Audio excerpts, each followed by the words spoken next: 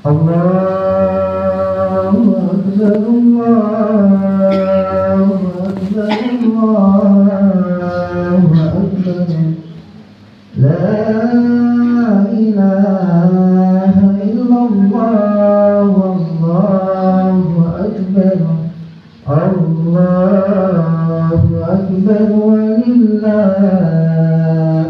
hamd. Allahu akbar. Allahu akbar, Allahu akbar, Allahu akbar. Allahu akbar. Allahu akbar kabira.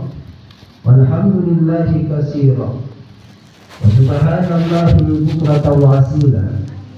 La ilaha illallah wahda. Sadaqa wahda. Wa nasara abda. Wa azza jundahu wa hazama al-ahsaba wahda. Asyhadu an la ilaha illallah wahdahu la syarika lah. Iyyahu na'budu wa iyyahu nasta'in. Wa asyhadu anna Muhammadan abduhu wa rasuluh. Allahumma shalli ala sayyidina Muhammadin wa ala alihi wa ashabihi wa man tabi'ahu bi ihsan ila yaumil amma ba'd. Wa ya ayyuhan nas,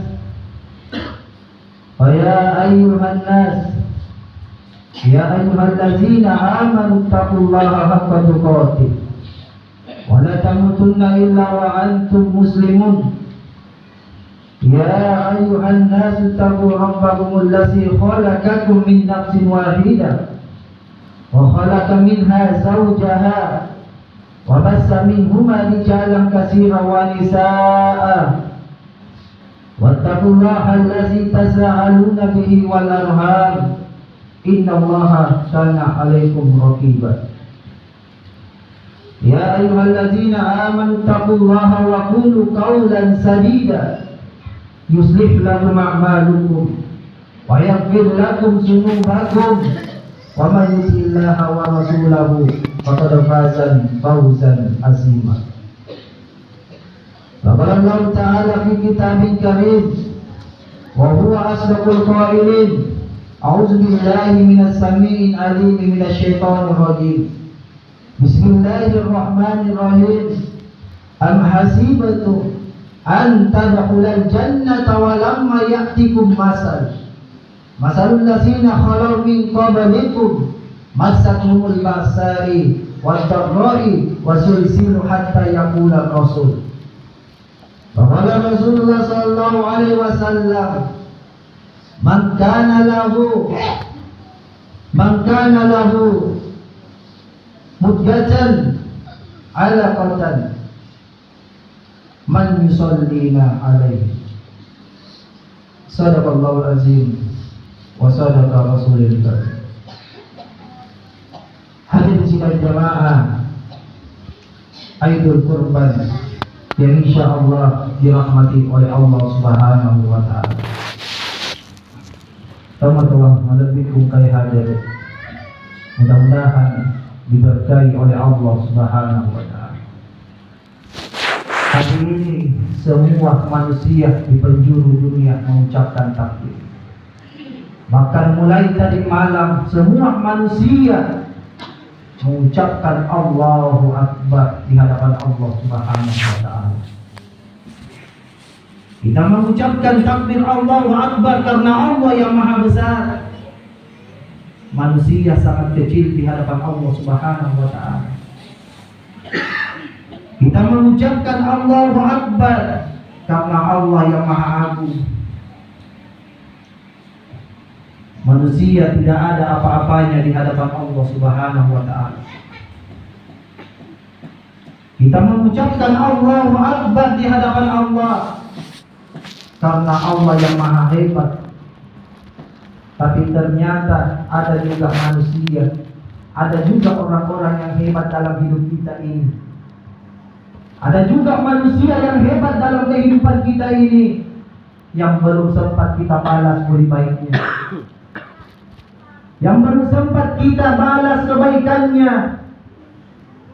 Kita telah menumpang bukan pada rumahnya, Kita telah menumpang bukan pada ruangannya yang luas, dan kita sudah menumpang kepadanya bukan pada kendaraannya yang mewah, akan tetapi kita telah menumpang di rahimnya.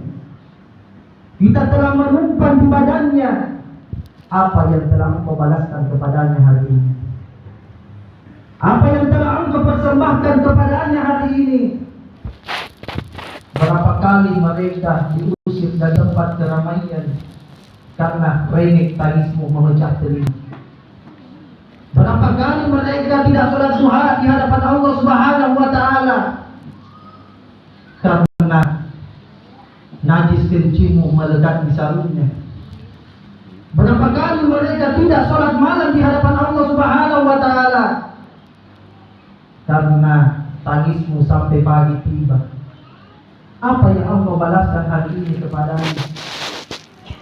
Jika seandainya engkau gendong mereka dari tempat ini ke Mekah sana, engkau tawaf 7 kali putaran di hadapan Allah Subhanahu wa Ta'ala, maka tidak akan mampu menebus satu teriakan, tidak akan mampu menebus satu tetesan darah semenjak engkau dilahirkan di bumi ini. Lantas apa yang kita berikan? Lantas apa yang kita balaskan hari ini kepada mereka? Mungkin setelah sholat Id ini, mungkin di antara kita setelah sholat Id ini, maka kita pulang ke rumah mencium tangannya, memeluk tubuhnya yang rapuh. Akan tetapi ada juga di antara kita setelah pulang dari sholat Id ini, maka tinggallah renungan, maka tinggallah hayalan, maka tinggallah penyesalan di hadapan Allah Subhanahu wa Ta'ala yang sangat besar. Kenapa? Karena mereka ternyata sudah tidak ada di tengah-tengah kita. Ternyata mereka sudah pindah ke alam yang lain. Apa yang engkau balaskan kepadanya hari ini? Jika seandainya engkau masih mampu mengucapkan Rabbighfirli wa liwalidayya warhamhuma kama rabbayani shaghira, maka ucapkanlah. Jika engkau masih mampu mengirimkan suratul Fatihah kepadanya, maka kirimkanlah. Karena itulah yang ditunggu saat ini kepada manusia-manusia, kepada orang-orang yang telah mendahului kita semua. Saat sahabat Rasulullah SAW yang begitu cinta kepada orang tuanya datang kepada Rasulullah SAW, wahai ya Rasul, Ummi Mantat, orang tuaku sudah meninggal wahai ya Rasulullah. Apakah ketika aku bersedekah di hadapan Allah dengan menyebut namanya wahai ya Rasulullah, apakah amalannya diterima oleh Allah Subhanahu wa Ta'ala wahai ya Rasulullah, ataukah amalannya hanya untukku saja wahai ya Rasul? Ataukah kedua-duanya mendapatkan amalan itu wahai ya Rasulullah? Apa kata Rasulullah? Apa jawaban Rasulullah kepada Sa'ad? Fatasaddaq ya Sa'ad, bersedekahlah engkau wahai Sa'ad dengan menyebut orang tuamu, karena sesungguhnya mereka mendapatkan amalan itu dan engkau pun mendapatkan amalan itu, kata Rasulullah sallallahu alaihi wasallam. Maka berbahagialah kita Bapak Ibu yang telah berkorban dengan meniatkan orang tua kita yang telah tidak ada, karena sesungguhnya pahala itu sampai kepadanya dan kita juga mendapatkan pahala itu di hadapan Allah Subhanahu wa Ta'ala. Allahu Akbar, Allahu Akbar, Allahu Akbar, walillahil hamd. Di dalam Aidul Kurban ini ada 2 nasihat yang harus kita renungi, yang harus kita bawa pulang ke rumah masing-masing. Setiap tahun kita berkurban di hadapan Allah Subhanahu wa Ta'ala. Setiap tahun kita melaksanakan perayaan Aidul Kurban. Akan tetapi tidak semua manusia mampu mendapatkan memetik hikmah di dalam kurban ini. Makanya hari ini ada 2 renungan yang sangat berharga kepada kita semua. Yang pertama, dalam suasana Aidul Kurban ini, maka yang pertama yang harus kita renungi adalah al-imtihan. Ada dihasil al-imtihan. Apa dibilang al-imtihan? Al-imtihan itu adalah cobaan, ujian Bapak Ibu. Tidak ada manusia yang tidak diuji oleh Allah Subhanahu wa Ta'ala. Apakah manusia itu dekat kepada Allah ataukah sangat jauh kepada Allah Subhanahu wa Ta'ala? Apakah dia manusia beriman atau tidak beriman di hadapan Allah Subhanahu wa Ta'ala? Maka yang namanya manusia pasti akan diberikan ujian dan cobaan. Mengapa Allah Subhanahu wa Ta'ala harus memberikan ujian kepada kita semua ini? Padahal kita ini adalah orang yang dekat.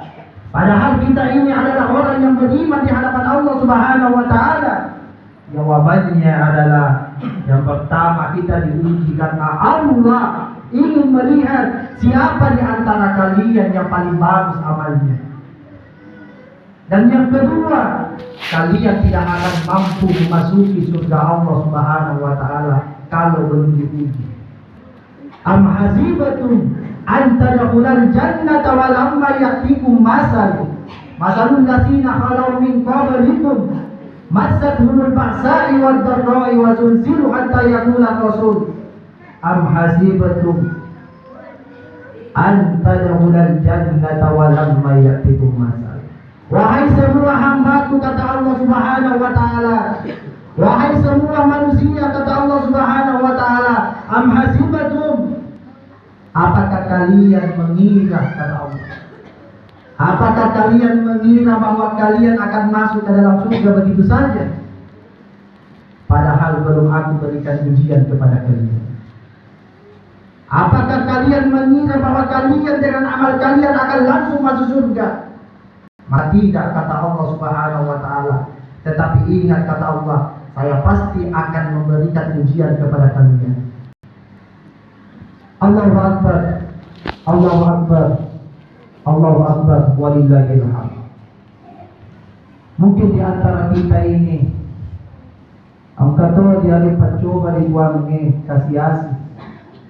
Mungkin di antara kita ini ada diberikan cobaan oleh Allah Subhanahu wa Ta'ala dalam bentuk kehidupan yang miskin.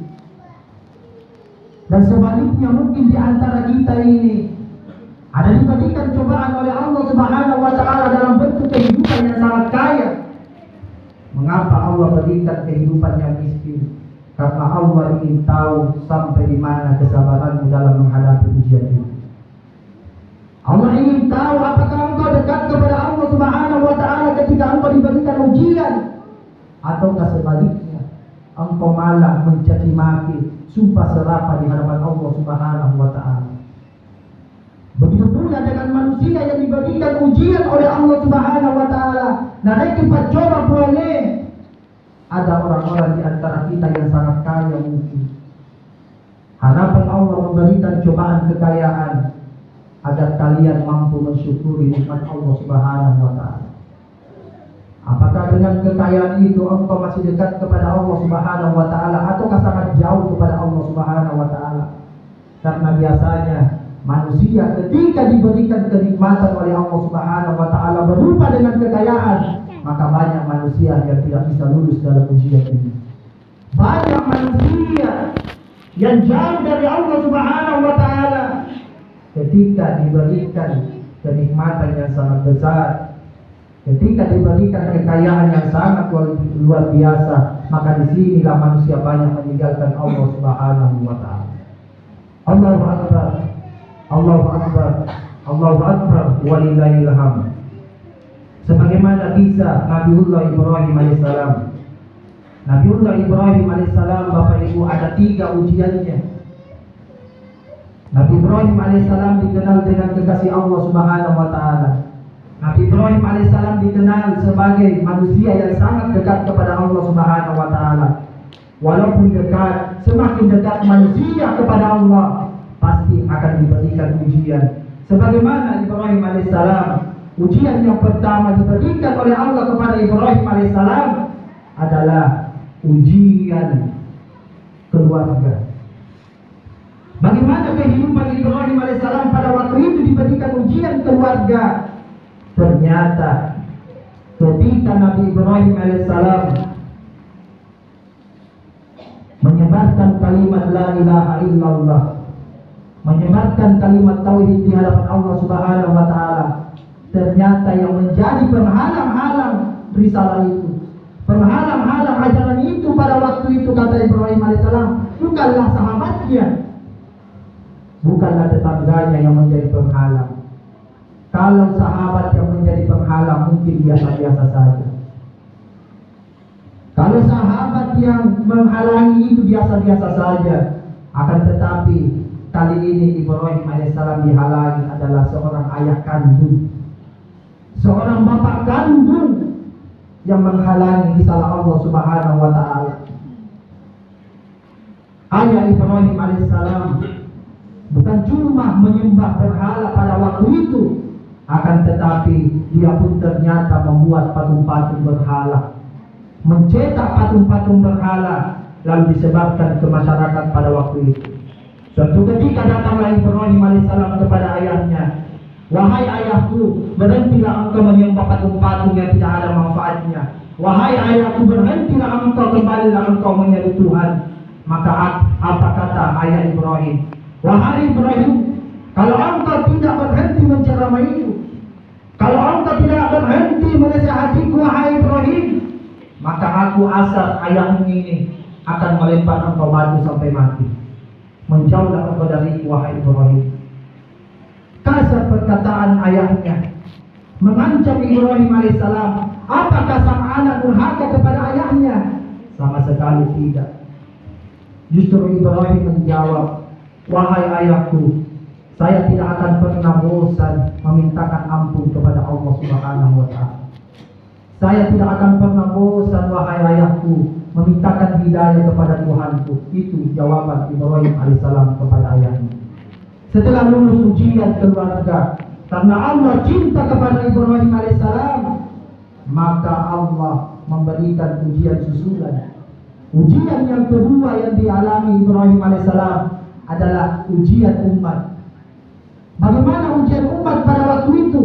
Ketika Ibrahim alaihissalam menyebarkan kalimat tauhid, mengisahkan Allah pada waktu itu, maka hampir semua penduduk, hampir semua masyarakat tidak senang dengan ajaran Ibrahim alaihissalam pada waktu itu. Maka sepakatlah ketika Ibrahim mempunyai kesalahan sepele, menghancurkan semua benda-benda berhala pada waktu itu, maka sepakat semua manusia satu kampung pada waktu itu untuk memberikan hukuman yang sangat besar. Diterjunkanlah Ibrahim ke dalam api yang sangat besar pada waktu itu. Maka berlomba-lomba datang malaikat mengajukan pertolongan. Tetapi apa kata Ibrahim alaihissalam? Saya tidak butuh bantuanmu. Yang saya butuhkan hari ini adalah bantuan Tuhanku, kata Ibrahim alaihissalam. Sehingga Allah katakan, ya narukuni baddan wa salamatan Ibrahim. Wahai api, bila engkau selamatkan Ibrahim alaihissalam.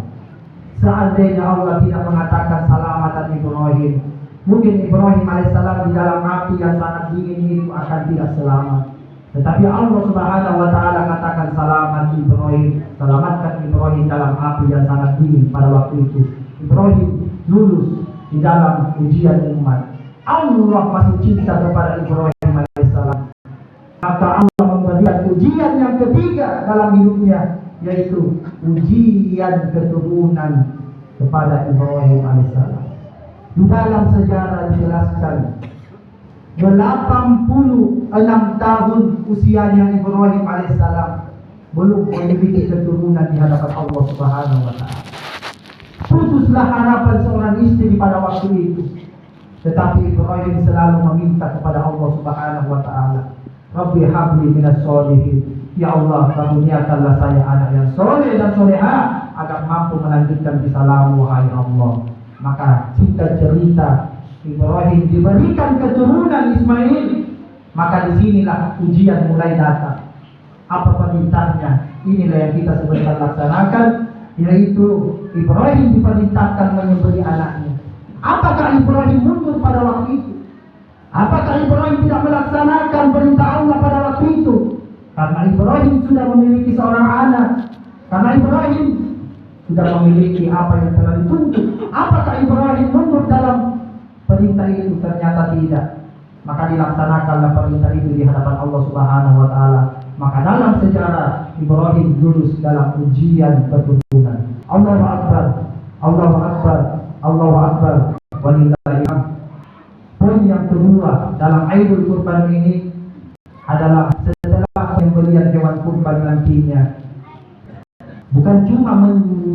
menyembelih semata, bukan cuma menyembelih hadapan Allah Subhanahu wa taala, akan tetapi marilah kita semua ini berniat mampu menghilangkan sifat-sifat hewan yang ada di dalam diri kita masing-masing. Apakah betul ada sifat hewanian di dalam diri kita? Maka banyak riwayat menceritakan ternyata kita ini manusia banyak mirip sifat hewan di dalam tubuh kita masing-masing. Di antaranya dijelaskan adalah sifatnya al-qalbi. Apa itu al-qalbi? Al-qalbi tidak lain adalah sifat seekor anjing. Bagaimana kehidupan seekor anjing? Maka mari kita membayangkan kehidupan anjing. Seekor anjing itu yang selalu menjulurkan lidahnya ke depan. Lalu segalak-galak seekor anjing pada waktu itu, kalau diberi makan pasti akan menjadi jinak. Apakah yang memberi makan itu adalah orang yang beriman atau tidak beriman? Apakah yang memberi makan itu adalah orang yang sangat dekat kepada Allah atau tidak dekat kepada Allah? Maka kalau diberi makan, pasti dia akan mengikuti semua perintah Tuhan. Apa hubungannya dengan manusia? Ternyata banyak di antara kita bersifat al-qalbi. Banyak di antara manusia yang bersifat al-qalbi, yang selalu menjulurkan lidahnya ke depan, yang selalu senang dengan disuap, yang senang dengan imbalan-imbalan ketika mengerjakan sesuatu hal. Apatah lagi itu adalah perkara hukum. Maka kalau sudah disuap manusia, maka pasti yang salah bisa jadi benar dan yang benar bisa jadi salah. Itulah sifat al-qalbi banyak yang ada di dalam diri kita masing-masing.